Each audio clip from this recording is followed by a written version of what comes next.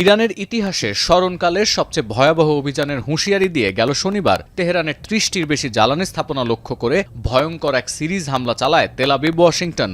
হামলার জেরে তেল পড়া ধোঁয়ার কুণ্ডুলিতে ঢেকে যায় আকাশ, শোধনাগার থেকে ছিটকে পড়া তেল ঝরতে শুরু করে বৃষ্টির মতো, রাস্তার দুপাশে নদীর মতো বইতে থাকে আগুন।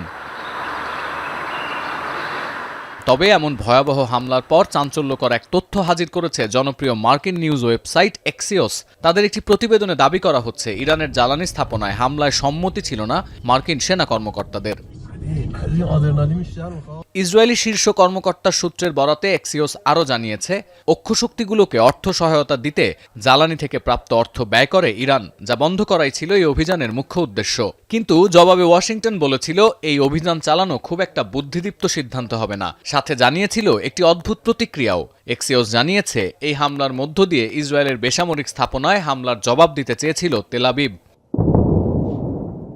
কিন্তু পরে আইডিএফের চাপের মুখে ওই অভিযানে যোগ দেয় যুক্তরাষ্ট্র।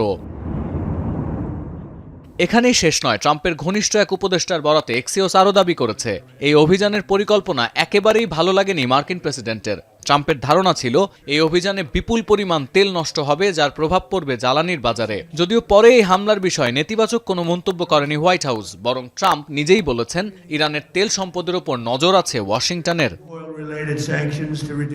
সতীর্থ কর্মকার, এখন বিশ্ব। শিয়া বাটার ও ভিটামিন ই সমৃদ্ধ লিলি বিউটি সোপ, তারুণ্যময় উজ্জ্বল ত্বকের জন্য।